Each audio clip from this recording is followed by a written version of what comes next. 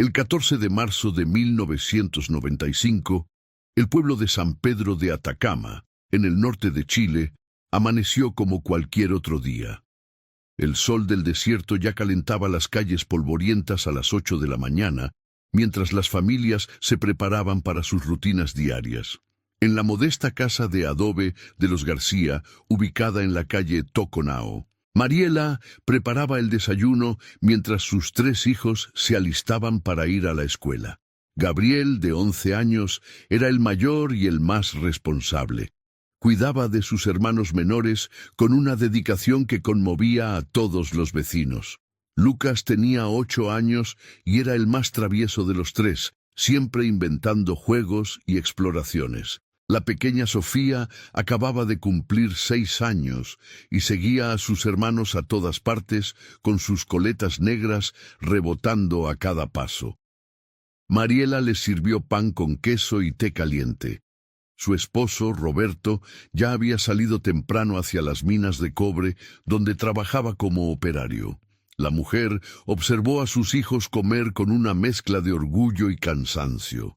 La vida no era fácil en San Pedro de Atacama. Los ingresos apenas alcanzaban, pero ella hacía lo posible por mantener a sus hijos limpios, alimentados y con una sonrisa en el rostro. Antes de que salieran por la puerta, les recordó que volvieran directo después de clases. Gabriela sintió con seriedad, tomando la mano de Sofía mientras Lucas ya corría adelante por la calle. Los vio alejarse por la ventana, hasta que desaparecieron al doblar la esquina. Si te está gustando esta historia, no olvides suscribirte al canal y déjanos un comentario diciéndonos desde dónde nos estás viendo. Tu apoyo nos ayuda a seguir trayéndote más historias que te mantienen al borde de tu asiento. A las 3 de la tarde, cuando debían regresar, Mariela comenzó a inquietarse. Preparó 11 para ellos, pero pasaban los minutos y la casa permanecía en silencio. A las 4 menos cuarto salió a la calle y preguntó a la señora Herminia, la vecina, si había visto a los niños. La mujer negó con la cabeza, pero le dijo que no se preocupara, que probablemente se habían quedado jugando con otros compañeros. Mariela caminó hasta la escuela municipal de San Pedro, pero encontró el edificio cerrado. El portero, don Ernesto, le informó que todos los niños habían salido a las 3 como siempre. Gabriel, Lucas y Sofía habían salido junto con el resto del grupo. A las 5 de la tarde, cuando Roberto llegó del trabajo cubierto de polvo rojizo, encontró a su esposa llorando en la puerta de la casa. Ninguno de sus 3 hijos había regresado. El hombre sintió que el estómago se le revolvía. Salió inmediatamente a buscarlos, recorriendo cada calle del pequeño pueblo. Preguntó en el almacén, en la plaza, en la iglesia. Nadie los había visto después de la salida de clases. Algunos niños recordaban haberlos visto caminando por la calle Caracoles, la principal del pueblo, pero después de eso, nada. Era como si la tierra se los hubiera tragado. A las 7 de la noche, cuando el sol comenzaba a ocultarse tras las montañas del desierto, tiñendo el cielo de naranja y púrpura, Roberto y Mariela acudieron al retén de carabineros. El sargento Osvaldo Parra los recibió con seriedad. Tomó nota de los nombres, edades, descripción física de cada niño y la ropa que llevaban puesta. Gabriel vestía un suéter azul y pantalones grises. Lucas llevaba una chaqueta roja con un parche de dinosaurio que su madre le había cosido. Sofía tenía puesto su delantal blanco de la escuela sobre un vestido floreado. El sargento les aseguró que iniciarían la búsqueda de inmediato. Esa primera noche, más de 50 personas del pueblo salieron con linternas a buscar a los 3 hermanos. Revisaron las calles, los patios, los terrenos baldíos, las ruinas arqueológicas cercanas, llamaban sus nombres hasta quedar roncos. El viento del desierto se llevaba sus voces sin respuesta. Al amanecer del segundo día, no había ni una pista. Los niños García habían desaparecido completamente. Carabineros amplió la búsqueda hacia los alrededores del pueblo, pensando que tal vez se habían perdido en el desierto. Pero San Pedro de Atacama era un lugar pequeño, y los niños conocían bien cada rincón. No tenía sentido que se hubieran alejado tanto. El tercer día apareció el primer indicio. Un pastor que llevaba sus cabras por un sendero cerca del río San Pedro encontró la mochila de Gabriel. Estaba parcialmente enterrada en la arena, a unos 3 kilómetros del pueblo, en una dirección opuesta a la escuela y su casa. Dentro había cuadernos, lápices y una fotografía familiar. No había señales de forcejeo ni de sangre. Simplemente la mochila abandonada en medio de la nada. Los padres la reconocieron de inmediato al ver el nombre bordado en la solapa. Mariela la apretó contra su pecho sollozando, mientras Roberto exigía a los carabineros que intensificaran la búsqueda.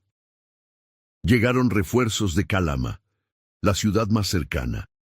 Un equipo de detectives de la Policía de Investigaciones se hizo cargo del caso. Interrogaron a maestros, vecinos, familiares.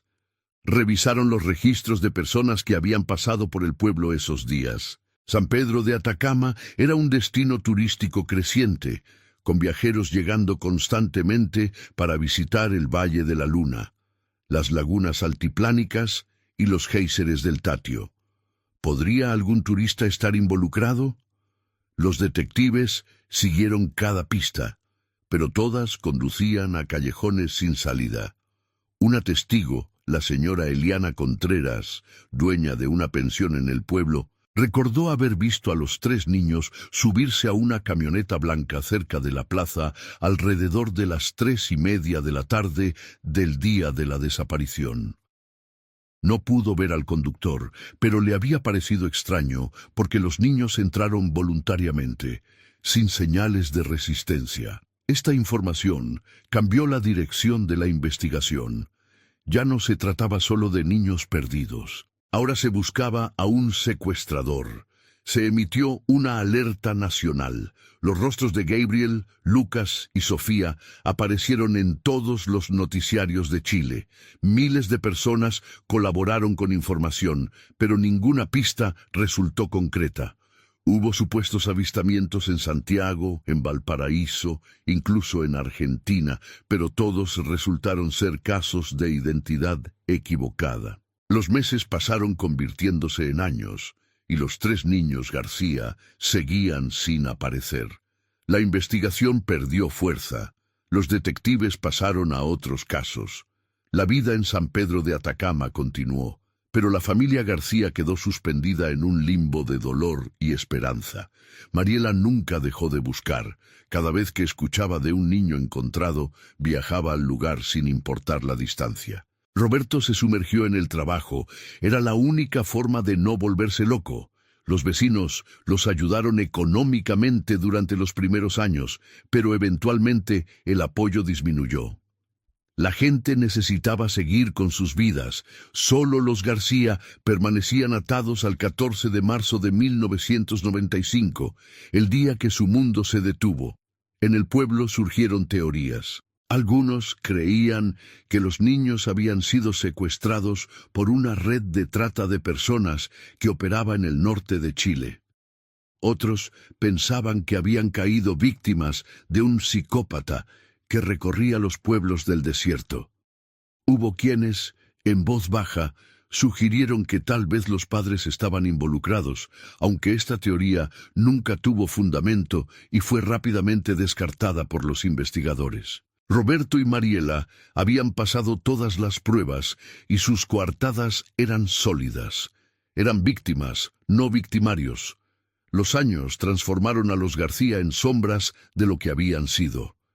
Mariela envejeció 2 décadas en 5 años. Su cabello negro se llenó de canas y su rostro adquirió arrugas profundas. Roberto desarrolló problemas cardíacos debido al estrés constante. Pero nunca perdieron la esperanza de que sus hijos regresaran. Conservaron intactas las habitaciones de los 3 niños, con sus camas tendidas, sus juguetes ordenados, como si en cualquier momento fueran a escuchar la puerta abrirse y las voces de Gabriel, Lucas y Sofía llenando la casa nuevamente. En el año 2000, 5 años después de la desaparición, se realizó una misa conmemorativa en la iglesia del pueblo. Asistieron más de 200 personas. El padre Eusebio ofreció palabras de consuelo y oró por el regreso de los niños. Mariela leyó una carta que había escrito para sus hijos, con la voz quebrada, rogándoles que volvieran a casa. El evento fue cubierto por la prensa y generó un breve resurgimiento del interés público, pero pronto la historia volvió a hundirse en el olvido. Había otros casos, otras tragedias, y la gente tiene memoria corta. En 2008, 13 años después de la desaparición, Mariela sufrió una crisis nerviosa severa que la llevó a ser hospitalizada en Calama. Los médicos le diagnosticaron depresión mayor y le recetaron medicamentos que la ayudaron a funcionar, pero que también la mantuvieron en un estado de adormecimiento emocional. Roberto consideró mudarse del pueblo, empezar de nuevo en otro lugar, pero Mariela se negó rotundamente. ¿Y si los niños regresaban y no los encontraban? Tenían que quedarse. La casa de la calle Toconao se convirtió en una especie de santuario, un lugar congelado en el tiempo esperando un milagro. En 2012, casi 18 años después, un detective jubilado llamado Héctor Villalobos, quien había trabajado en el caso original, decidió revisarlo por cuenta propia. No podía sacarse de la cabeza a esos 3 niños. Algo no cuadraba. Repasó cada declaración, cada pista, cada evidencia. La camioneta blanca, el testimonio de la señora Contreras. ¿Por qué los niños habían subido voluntariamente? Tenía que ser alguien que conocían o que inspiraba confianza. Villalobos comenzó a investigar a personas que vivían en San Pedro de Atacama en 1995 y que tenían acceso a los niños. Maestros, familiares lejanos, empleados municipales, comerciantes. Descubrió que un empleado municipal llamado Claudio Reyes, quien trabajaba en mantención de parques y plazas, había dejado el pueblo abruptamente 2 semanas después de la desaparición de los niños. Su salida no había llamado la atención en su momento porque era un empleado temporal, pero Villalobos encontró el detalle sospechoso. Intentó ubicar a Reyes, pero el hombre parecía haberse esfumado. No había registros de él después de 1995. Era como si también hubiera desaparecido. Mientras tanto, en un pueblo del sur de Chile llamado Puerto Octay, cerca del lago Llanquihue, un joven de aproximadamente 26 años vivía una vida tranquila trabajando en una carpintería. Los habitantes del pueblo lo conocían como Martín Ulloa. Era callado, solitario, pero trabajador y respetuoso. Vivía en una pequeña cabaña en las afueras del pueblo, con un hombre mayor llamado Bernardo Ulloa, a quien todos consideraban su padre. Martín no hablaba mucho de su pasado y la gente respetaba su privacidad. En los pueblos pequeños, uno aprende a no hacer demasiadas preguntas. En mayo de 2015, 2 décadas después de la desaparición, Bernardo Ulloa falleció de un infarto fulminante. Martín se encargó del funeral, un evento pequeño al que asistieron apenas una docena de vecinos. Al día siguiente, mientras revisaba los documentos de Bernardo para tramitar el certificado de defunción, Martín encontró una caja de metal escondida en el armario del dormitorio. Dentro había fotografías, documentos de identidad falsos y una carta manuscrita. Las fotografías mostraban a 3 niños, 2 varones y una niña. Una de las fotos tenía una inscripción en el reverso: Gabriel, Lucas y Sofía, San Pedro de Atacama, 1994. Martín sintió que el mundo giraba a su alrededor. Estudió las fotografías con intensidad. El niño mayor se parecía a él. Los rasgos, la forma de los ojos, la sonrisa tímida. Era él. Abrió la carta con manos temblorosas. Estaba escrita por Bernardo y dirigida a Martín. En ella, el anciano confesaba que Martín no era su hijo biológico. En marzo de 1995, Bernardo había estado en San Pedro de Atacama, trabajando temporalmente en una obra de construcción. Había conocido a Claudio Reyes, quien le había ofrecido dinero a cambio de llevarse a un niño fuera del pueblo. Bernardo, viudo y sin hijos, había aceptado. Reyes le entregó a Gabriel, de 11 años, diciéndole que el niño era huérfano y necesitaba un hogar. Bernardo se lo creyó en ese momento, o al menos eso quiso creer. La carta continuaba explicando que Bernardo había criado a Gabriel como su propio hijo, cambiándole el nombre a Martín y trasladándose al sur de Chile para comenzar una nueva vida. Con el paso de los años, había empezado a sospechar la verdad, especialmente cuando vio las noticias sobre los niños desaparecidos, pero para entonces ya había desarrollado un vínculo profundo con el niño. No podía entregarlo. Se convenció a sí mismo de que le estaba dando una mejor vida. La carta terminaba con una disculpa y la confesión de que no había podido cargar con el secreto, pero tampoco había tenido el valor de revelarlo en vida.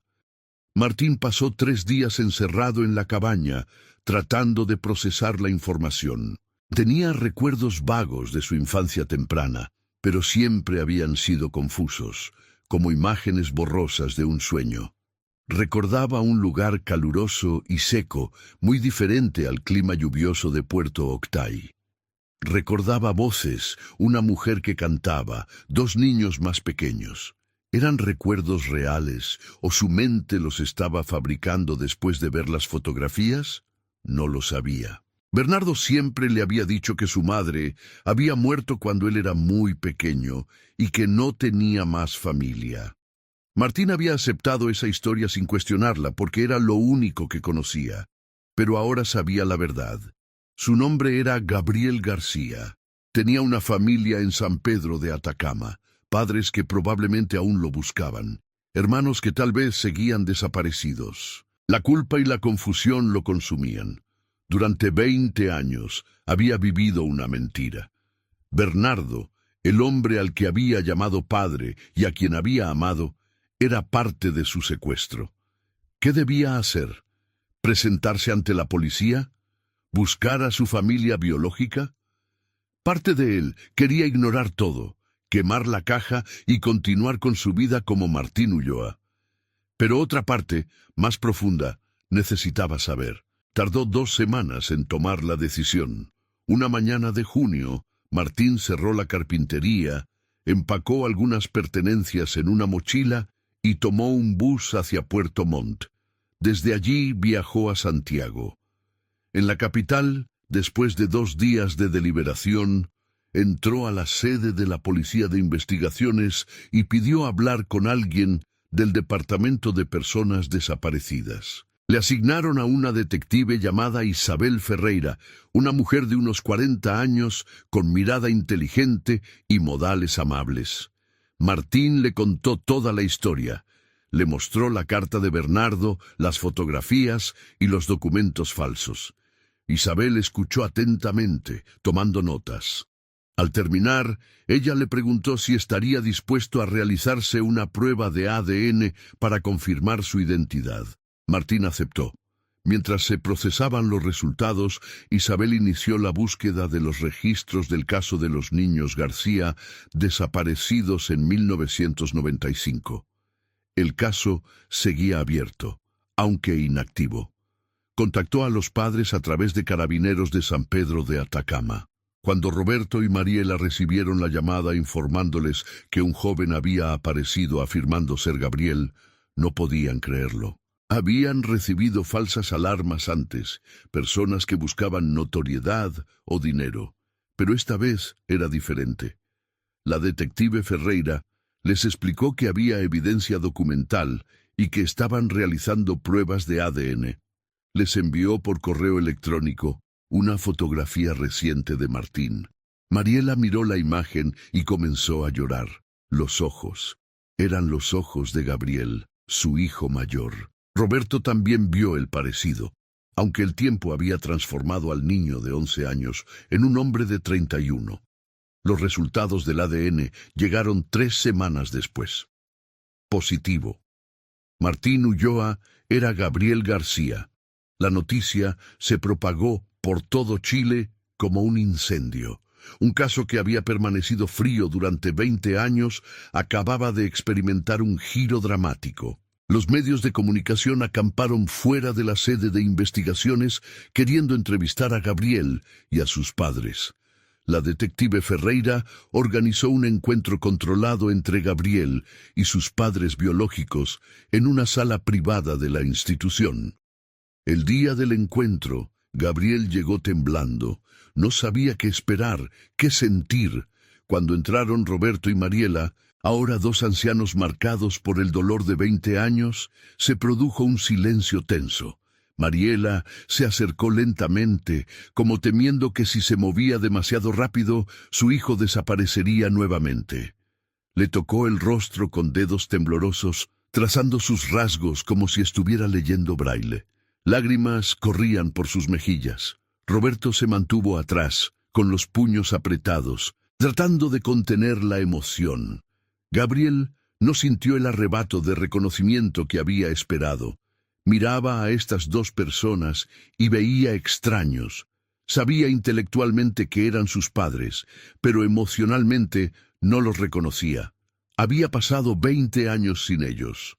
Los recuerdos de su infancia en San Pedro de Atacama eran fragmentos borrosos que no podía ensamblar en una narrativa coherente. Se sentía culpable por no sentir más, por no poder abrazarlos y decir mamá y papá con naturalidad. En su corazón, Bernardo había sido su padre, a pesar de todo. Mariela intentó abrazarlo, pero Gabriel se puso rígido. No pudo evitarlo. El contacto físico de esta mujer desconocida le resultaba incómodo. Roberto notó la incomodidad de su hijo y detuvo suavemente a su esposa. Entendía que esto iba a ser un proceso largo. Su hijo había regresado, pero ya no era el niño de 11 años que habían perdido. Era un hombre adulto con 20 años de experiencias que ellos no conocían. Un extraño con sus genes. Durante la reunión, que duró casi 2 horas, la detective Ferreira medió las conversaciones. Gabriel les contó sobre su vida con Bernardo, sobre Puerto Octay, sobre su trabajo en la carpintería. Roberto y Mariela le hablaron sobre San Pedro de Atacama, sobre los años de búsqueda, sobre cómo nunca habían perdido la esperanza. Pero también surgió la pregunta inevitable: ¿qué había pasado con Lucas y Sofía? Gabriel no tenía respuestas. Sus últimos recuerdos del día de la desaparición eran confusos. Recordaba estar caminando con sus hermanos después de la escuela. Un hombre se había acercado, alguien que conocían del pueblo. Les había ofrecido llevarlos a ver unos cachorros. Los niños habían aceptado emocionados. Subieron a una camioneta. Después de eso, todo era nebuloso. Había habido más de una persona involucrada. Lo habían separado de Lucas y Sofía. Recordaba llorar, pedir ver a sus hermanos, pero alguien le decía que se portara bien, que pronto los vería. Luego Bernardo apareció, amable y tranquilizador, diciéndole que ahora vivirían juntos, que él sería su papá. Con el tiempo, los recuerdos de Lucas y Sofía se desvanecieron como humo. La policía de investigaciones reabrió oficialmente el caso. Con la información proporcionada por Gabriel y los documentos de Bernardo, identificaron a Claudio Reyes como el principal sospechoso. Iniciaron una búsqueda exhaustiva, pero Reyes seguía sin aparecer. Tampoco había registros de su muerte. Simplemente se había esfumado. Los investigadores consideraron la posibilidad de que hubiera cambiado de identidad o que hubiera fallecido sin registros oficiales. Gabriel decidió quedarse en Santiago durante las investigaciones. No podía volver a Puerto Octay todavía. Necesitaba tiempo para procesar todo. Sus padres biológicos querían que volviera con ellos a San Pedro de Atacama, pero él no estaba listo. La detective Ferreira organizó sesiones de terapia para ayudar a Gabriel a lidiar con el trauma y la confusión de identidad. El joven oscilaba entre la ira hacia Bernardo por haberlo secuestrado y el duelo por haber perdido al único padre que realmente recordaba. En julio de 2015, 2 meses después de la reaparición de Gabriel, la policía recibió una pista anónima sobre el paradero de Claudio Reyes. Un hombre que coincidía con su descripción había sido visto en un pueblo cerca de la frontera con Argentina, en la región de Aysén. Un equipo de detectives viajó al lugar y efectivamente encontraron a Reyes, ahora viviendo bajo el nombre de Carlos Muñoz, trabajando como cuidador de una estancia ovejera. Tenía 62 años y aparentaba más edad, demacrado y enfermo. Lo arrestaron sin resistencia. Durante el interrogatorio inicial, Reyes confesó su participación en el secuestro de los 3 niños García. Explicó que en 1995 trabajaba para una red de tráfico de menores que operaba en el norte de Chile. Habían recibido un encargo de personas que querían adoptar niños sin pasar por los trámites legales. Reyes se había encargado de identificar a los niños García como objetivos, porque venían de una familia humilde y vivían en un pueblo pequeño donde sería más fácil hacerlos desaparecer. Él mismo los había convencido de subir a la camioneta, prometiéndoles ver cachorros. Los había llevado a una casa segura en las afueras de Calama, donde otros miembros de la red los estaban esperando. Allí separaron a los 3 hermanos. Gabriel fue entregado a Bernardo Ulloa, quien había pagado por un niño. Lucas y Sofía fueron llevados a diferentes ubicaciones. Reyes afirmó no saber qué había pasado con ellos después de entregarlos a otras personas de la red. Solo daba nombres y lugares que la red le indicaba. Cuando los detectives presionaron por más detalles, Reyes proporcionó 2 nombres, Miriam Soto y Antonio Carvajal, quienes supuestamente se habían quedado con Lucas y Sofía respectivamente. La investigación se ramificó en múltiples direcciones. La policía rastreó a Miriam Soto, una mujer de 58 años que vivía en Chillán. La arrestaron y al principio negó todo, pero cuando le mostraron las confesiones de Reyes y la amenazaron con cargos adicionales por obstrucción, finalmente admitió haber recibido a un niño en 1995 a través de una adopción ilegal. El niño había vivido con ella durante 8 años, hasta que a los 16 huyó de su casa. Miriam no tenía idea de dónde estaba ahora. Le había puesto el nombre de Felipe Soto y nunca le había dicho la verdad sobre su origen.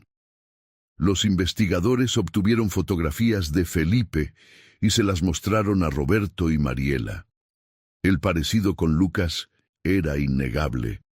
Emitieron una alerta nacional con las fotografías actualizadas digitalmente de cómo se vería Lucas a los 28 años. La búsqueda se intensificó, pero Lucas seguía sin aparecer. Había decenas de jóvenes en Chile que se ajustaban a la descripción. Cada pista tenía que ser verificada meticulosamente. Mientras tanto, los detectives intentaron localizar a Antonio Carvajal, el hombre que supuestamente había recibido a Sofía.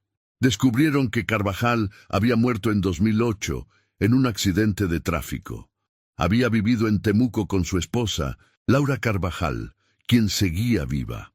Cuando los detectives la contactaron y le preguntaron sobre una niña adoptada ilegalmente, Laura se desmoronó. Confesó que ella y Antonio no habían podido tener hijos y habían acudido a medios ilegales para obtener una niña.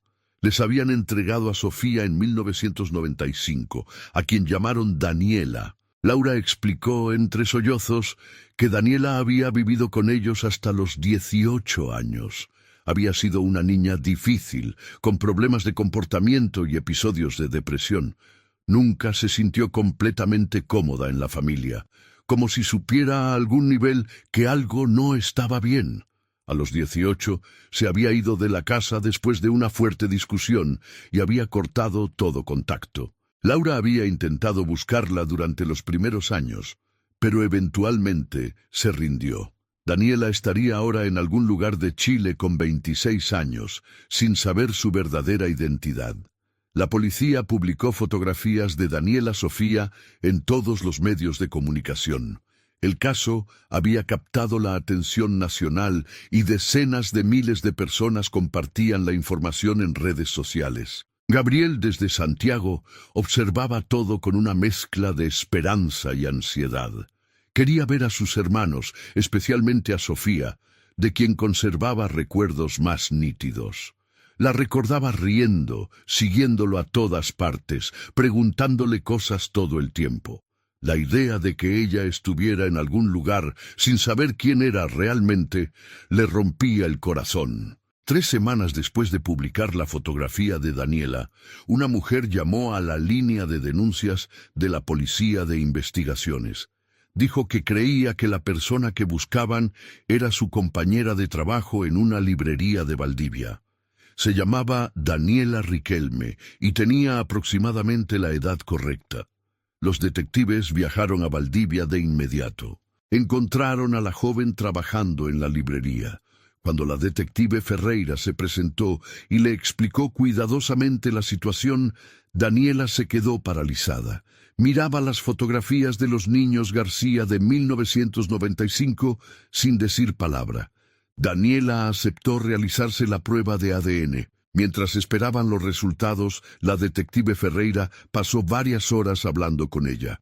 Daniela contó que siempre había sentido que no pertenecía a su familia adoptiva.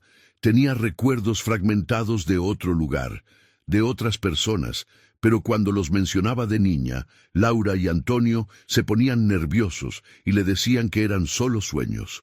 Con el tiempo, aprendió a no hablar de esos recuerdos, pero nunca desaparecieron completamente. Recordaba un lugar muy caluroso, montañas, un cielo increíblemente estrellado. Recordaba 2 niños mayores. Uno de ellos siempre la cuidaba, la hacía reír. Esos recuerdos la hacían sentir triste y perdida sin entender por qué. Los resultados llegaron confirmando lo que todos sospechaban. Daniela Riquelme era Sofía García. La noticia conmocionó al país. 2 de los 3 hermanos García habían sido encontrados vivos después de 20 años. Solo faltaba Lucas. La presión sobre la policía para encontrarlo se intensificó. Equipos completos de detectives trabajaban revisando cada pista, cada avistamiento reportado. Gabriel y Sofía finalmente se reencontraron en Santiago, con sus padres presentes y la detective Ferreira mediando. El encuentro entre Gabriel y Sofía fue emotivo pero también incómodo. Se miraban intentando ver al hermano o hermana que recordaban en los rostros de estos extraños adultos. Sofía lloró al ver a Gabriel. Había conservado más recuerdos de su infancia temprana que él. Recordaba a su hermano mayor protegiéndola, cargándola cuando estaba cansada, contándole cuentos antes de dormir.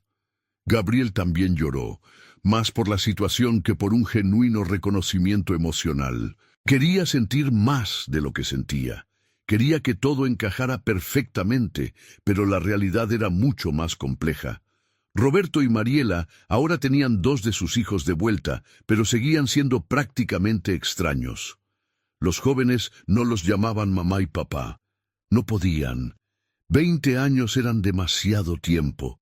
Las terapias familiares comenzaron, intentando reconstruir vínculos que se habían roto hacía 2 décadas. Era un proceso doloroso y lento.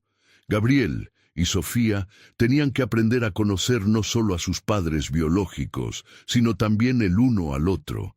Eran hermanos por sangre, pero extraños por experiencia. Mientras tanto, la búsqueda de Lucas continuaba sin éxito. Las pistas se agotaban una tras otra.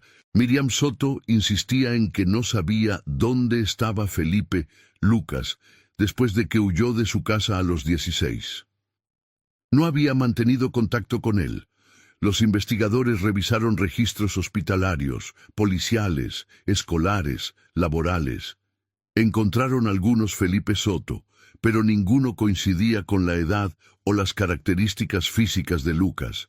Era como si, al cumplir 16, Lucas hubiera decidido desaparecer deliberadamente, tal vez cambiando de nombre nuevamente, tal vez viviendo en las calles, tal vez incluso fuera del país.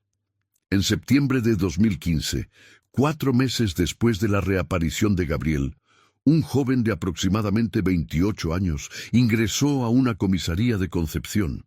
Estaba delgado, con barba descuidada y ropa gastada. Pidió hablar con alguien sobre el caso de los hermanos García.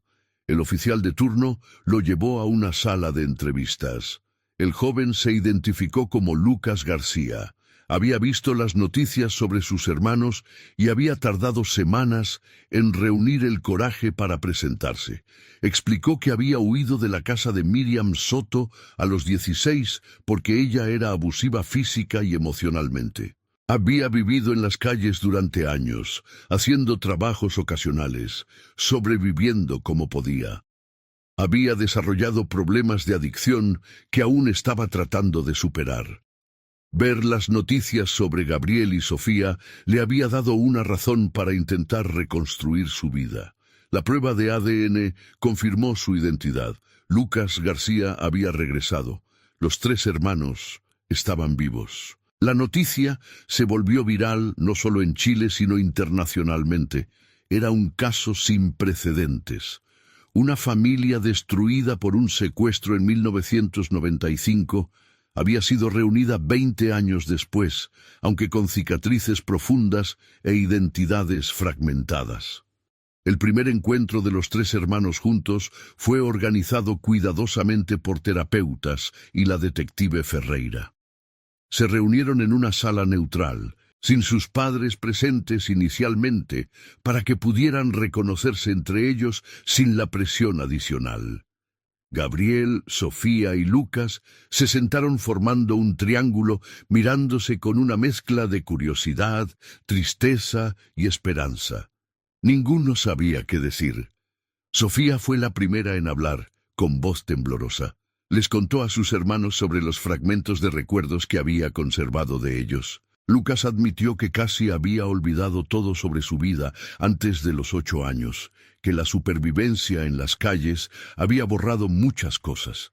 Gabriel intentó ser el hermano mayor responsable, el rol que vagamente recordaba haber tenido, pero se sentía falso, actuado. Decidieron conocerse nuevamente como si fueran 3 desconocidos que compartían un pasado traumático. Hablaron sobre sus vidas durante las 2 décadas de separación. Gabriel les contó sobre Bernardo y Puerto Octay, sobre cómo había vivido una vida relativamente estable, pero construida sobre una mentira. Sofía habló de su infancia confusa con los Carvajal, siempre sintiendo que algo faltaba, buscando algo que no sabía qué era. Lucas compartió las partes más oscuras, su tiempo en las calles, las adicciones, los momentos en que había considerado rendirse. Había sobrevivido por pura terquedad, sin saber realmente por qué seguía adelante. Ahora entendía que parte de él siempre había esperado encontrar algo, aunque no supiera qué. Después de 2 horas, permitieron que Roberto y Mariela entraran. Los padres vieron a sus 3 hijos juntos por primera vez en 20 años. El momento era agridulce. Sí, los tenían de vuelta, pero eran diferentes personas. El Gabriel responsable y protector de 11 años era ahora un hombre callado, que luchaba con cuestiones de identidad. Lucas, el niño travieso y alegre, se había convertido en un joven marcado por el trauma y la adicción. Sofía, la pequeña risueña, era ahora una mujer reservada que había construido muros emocionales para protegerse. Los meses siguientes fueron de ajustes y terapia intensiva. Gabriel decidió mudarse temporalmente a San Pedro de Atacama para intentar reconectar con sus raíces. Caminó por las calles del pueblo, intentando despertar recuerdos. Visitó su antigua escuela, ahora renovada y diferente. Se paró frente a la casa donde había vivido sus primeros 11 años. La estructura seguía siendo la misma, aunque pintada de un color diferente. Algo dentro de él se movió al ver la puerta, la ventana de lo que había sido su habitación. Un recuerdo emergió. Él mismo asomándose por esa ventana una noche, contando estrellas en el cielo del desierto. Era un recuerdo genuino, no fabricado. Se aferró a él como a un salvavidas. Sofía también visitó San Pedro de Atacama por primera vez desde 1995. El pueblo despertó en ella recuerdos más claros. Recordó la plaza donde jugaba, la iglesia donde su madre la llevaba los domingos, la escuela. Se sentó en un banco de la plaza y cerró los ojos. Podía escuchar risas de niños, una de ellas era la suya. Estaba jugando con sus hermanos. Gabriel la perseguía mientras Lucas se reía. Abrió los ojos con lágrimas corriéndole por las mejillas. Por primera vez en 20 años se sintió conectada con algo real de su pasado. Lucas tardó más en visitar el pueblo. Sus recuerdos eran los más borrosos, y tenía miedo de enfrentar un pasado que apenas recordaba. Cuando finalmente lo hizo, acompañado por sus hermanos, experimentó una sensación de familiaridad que no podía explicar. El aire seco del desierto, el sol intenso, las montañas a lo lejos. Algo en su cuerpo reconocía el lugar, aunque su mente no pudiera articularlo claramente. Los tres hermanos caminaron juntos por las calles, señalándose lugares, compartiendo los fragmentos de recuerdos que cada uno conservaba, intentando reconstruir el rompecabezas de su infancia perdida. Roberto y Mariela observaban a sus hijos con una mezcla de alegría y dolor. Los habían recuperado, pero sabían que nunca recuperarían los 20 años perdidos. No pudieron ver a Gabriel graduarse de la escuela. No estuvieron en el primer día de universidad de Sofía.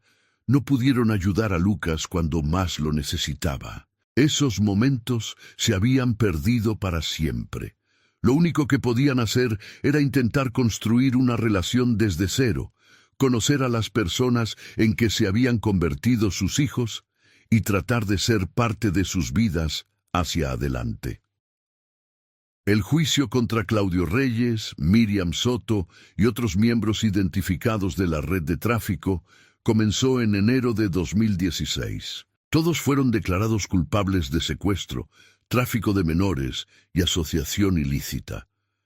Reyes recibió la sentencia más alta, 25 años de prisión.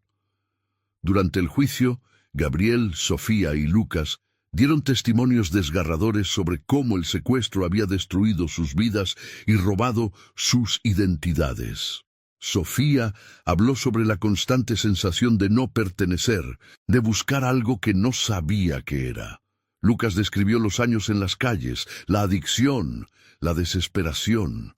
Gabriel explicó el conflicto interno de haber amado a Bernardo, pero saber que su vida entera había sido construida sobre un crimen. Después del juicio, los tres hermanos decidieron escribir un libro juntos sobre su experiencia. Querían contar su historia no para sensacionalismo, sino para ayudar a otras familias que pasaban por situaciones similares. Trabajaron con una escritora que los ayudó a articular sus experiencias individuales en una narrativa coherente.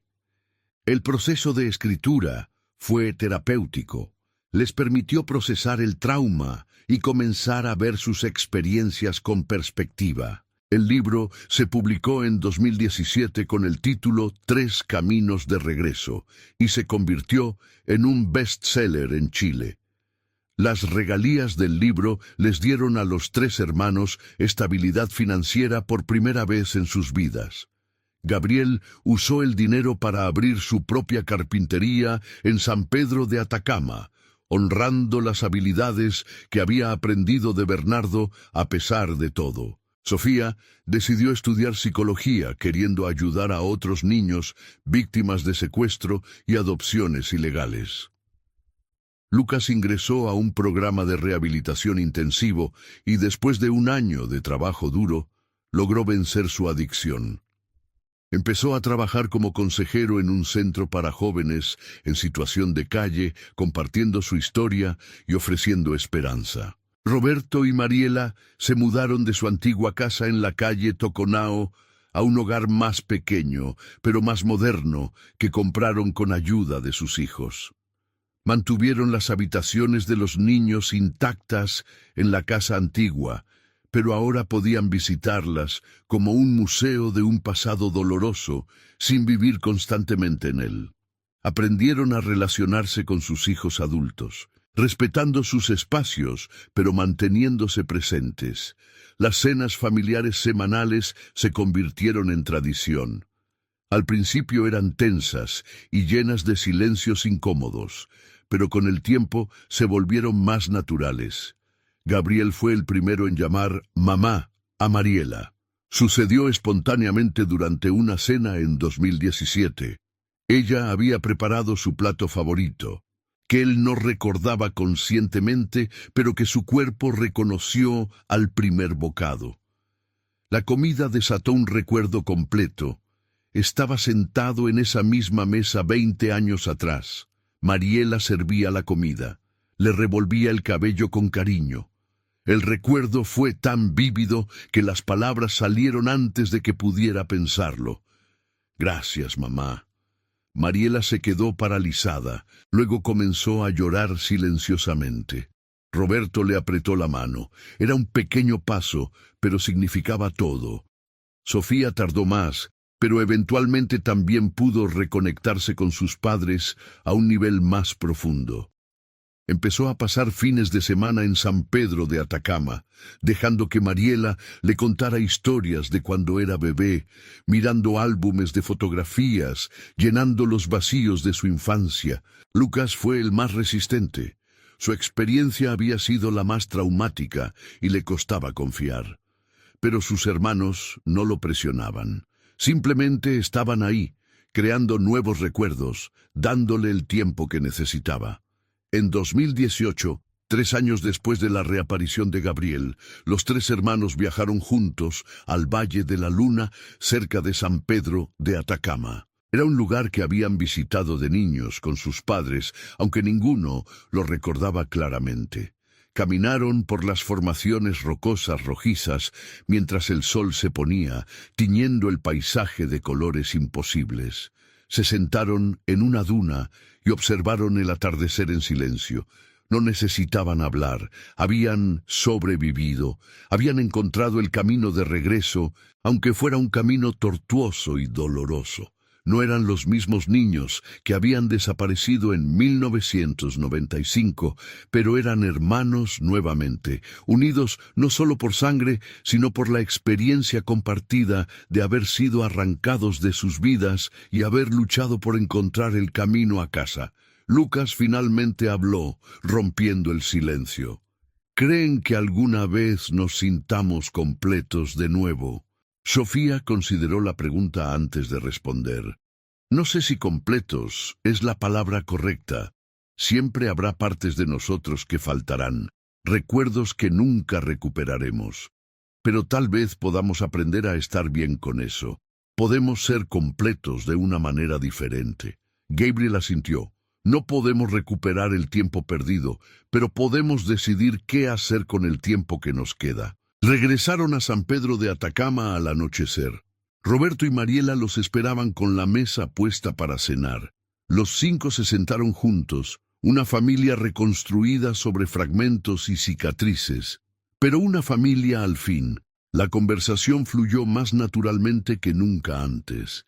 Compartieron anécdotas del día, planes para el futuro, recuerdos del pasado que ya no dolían tanto al recordarlos. Por primera vez en 20 años, la casa de los García se sentía como un hogar nuevamente.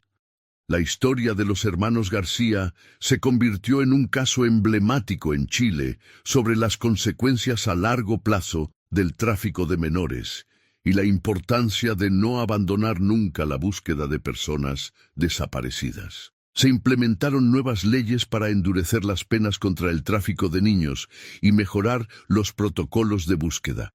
Gabriel, Sofía y Lucas se convirtieron en activistas involuntarios, hablando en conferencias y apoyando a otras familias que buscaban a sus seres queridos desaparecidos. En 2019, el pueblo de San Pedro de Atacama inauguró un memorial para todas las personas desaparecidas en la región. Los hermanos García fueron invitados a la ceremonia. Frente a cientos de personas, Gabriel dio un discurso. Habló sobre la importancia de la memoria, de no dejar que las personas desaparecidas sean olvidadas. Habló sobre el dolor, pero también sobre la esperanza, sobre cómo incluso después de 20 años es posible encontrar el camino de regreso, aunque ese camino sea diferente al que uno imagina. Después de la ceremonia, los tres hermanos caminaron hasta su antigua escuela. El edificio había sido renovado, pero la estructura básica era la misma. Se pararon en el lugar donde habían salido por última vez como niños, el 14 de marzo de 1995. Cerraron los ojos e intentaron sentir a esos niños que habían sido. Gabriel, de 11 años, responsable y protector; Lucas, de 8, travieso y lleno de energía; Sofía, de 6, alegre y confiada. Esos niños habían desaparecido ese día, pero habían dejado semillas que crecieron en adultos resilientes y sobrevivientes.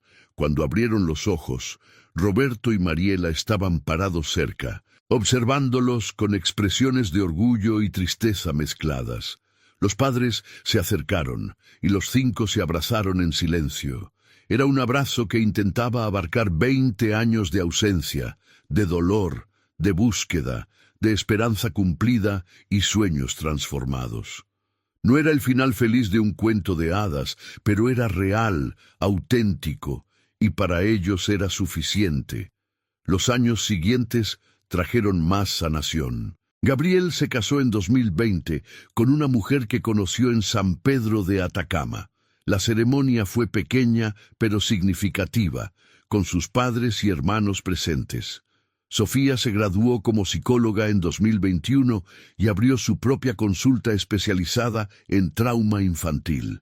Lucas completó su formación como consejero y comenzó a dirigir un programa exitoso para jóvenes en riesgo en Santiago. Los tres mantenían contacto constante, hablaban por teléfono varias veces a la semana, se visitaban regularmente. Roberto falleció pacíficamente en 2023, a los 78 años. Su corazón, debilitado por años de estrés y preocupación, finalmente cedió. Pero murió habiendo recuperado a sus 3 hijos, habiéndolos visto construir vidas significativas, habiendo sido parte de sus vidas adultas, aunque fuera por menos tiempo del que hubiera deseado. En su funeral, Gabriel, Lucas y Sofía hablaron sobre el hombre que nunca se rindió en buscarlos, que esperó 20 años sin perder la esperanza. Sus palabras conmovieron a todos los presentes. Mariela continuó viviendo en San Pedro de Atacama, ahora rodeada frecuentemente por sus hijos y, eventualmente, sus nietos. Gabriel y su esposa tuvieron un hijo en 2022, a quien llamaron Roberto en honor a su abuelo. Sofía adoptó una niña en 2024, queriendo darle el hogar estable que ella misma no tuvo. Lucas, aún trabajando en su propia sanación, consideraba la idea de formar su propia familia algún día. Mariela se convirtió en la abuela que había soñado ser, aunque el camino para llegar allí había sido infinitamente más doloroso de lo que nadie debería soportar. En marzo de 2025, 30 años después de la desaparición original, los 3 hermanos regresaron una vez más a San Pedro de Atacama para una ceremonia privada. Caminaron hasta el lugar donde habían encontrado la mochila de Gabriel en 1995, ahora marcado con una pequeña placa conmemorativa. Se quedaron allí mientras el sol del desierto caía sobre sus rostros, sintiendo el viento que arrastraba arena fina. Habían recorrido un camino imposiblemente largo y doloroso, pero habían sobrevivido. Habían encontrado su camino de regreso no al pasado, porque eso era imposible, sino a una nueva versión de familia, de identidad, de hogar. Sofía fue la que habló esta vez. Éramos 3 niños que desaparecieron. Nos convirtieron en otras personas, nos robaron nuestras identidades, nuestra familia, nuestras vidas, pero no pudieron destruirnos. Estamos aquí, sobrevivimos, y aunque nunca recuperaremos lo que nos quitaron, hemos construido algo nuevo, algo que es nuestro. Gabriel y Lucas asintieron. No necesitaban agregar nada más. Regresaron a la casa donde Mariela había preparado la cena. La mesa estaba puesta para 4. Mariela, Gabriel, Sofía y Lucas. También había una silla vacía con un retrato de Roberto, recordando su presencia. Se sentaron, se tomaron de las manos en un momento de silencio y luego comenzaron a comer. La conversación fluyó naturalmente. Hablaron de cosas cotidianas, de planes futuros, de pequeñas anécdotas divertidas. Ya no hablaban constantemente del pasado traumático. Habían aprendido a vivir con él sin dejarse definir completamente por él. Después de la cena, salieron al patio trasero. El cielo de San Pedro de Atacama estaba increíblemente estrellado, como siempre lo estaba en el desierto. Los 4 miraron hacia arriba en silencio, observando la Vía Láctea extenderse sobre ellos como un río de luz. Gabriel recordó ese antiguo recuerdo de él mismo de niño, mirando por la ventana, contando estrellas. Ahora estaba aquí, 30 años después, haciendo lo mismo, pero como un hombre diferente, con una familia reconstruida a su lado. Lucas rompió el silencio con una pregunta que había estado guardando. ¿Creen que todo pasó por alguna razón? Fue Mariela quien respondió, su voz suave pero firme. No lo sé, mijo. No creo que el sufrimiento tenga que tener una razón o un propósito. A veces las cosas terribles simplemente pasan. Pero lo que sí sé es que ustedes decidieron qué hacer con ese sufrimiento. Decidieron sobrevivir, decidieron sanar, decidieron ayudar a otros. Eso no le da sentido a lo que pasó, pero le da sentido a lo que hacen ahora. Sofía agregó pensativamente, creo que pasamos de ser víctimas a ser sobrevivientes, y luego de sobrevivientes a personas completas que tienen una historia difícil, pero que no están definidas solo por esa historia. Eso es lo importante. Gabriel concluyó, no éramos responsables de lo que nos hicieron, pero somos responsables de lo que hacemos después, y creo que hemos hecho lo mejor que podíamos.